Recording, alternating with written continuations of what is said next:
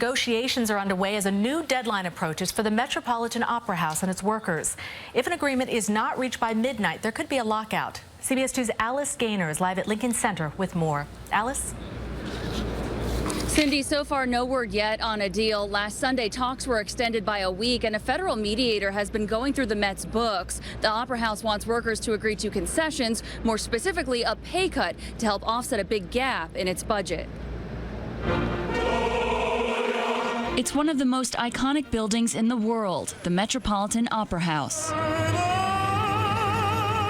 But putting on a performance here costs a lot of money, even more lately. The Met's operating costs have swelled by an estimated $100 million in the last 8 years.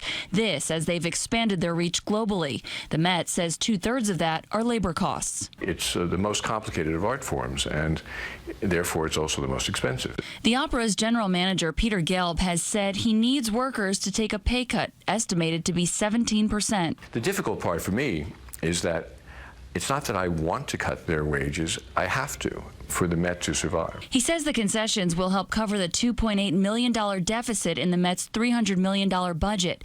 Gelb insists, though, it's not the workers' salaries he has a problem with, but benefits like 16 weeks of paid vacation for the orchestra.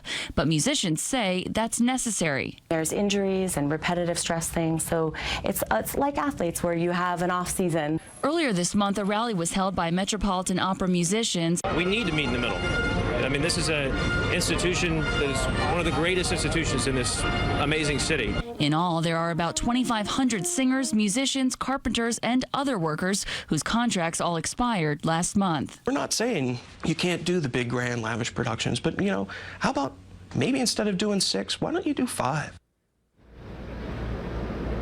As you can see, police are here. They've set up barricades in case any union workers or anyone else shows up later to rally. So far, nobody is here for that. The deadline is midnight, and we do want to point out that the opera season begins in just over a month. We're live outside the Metropolitan Opera House tonight. Alice Gaynor, CBS 2 News.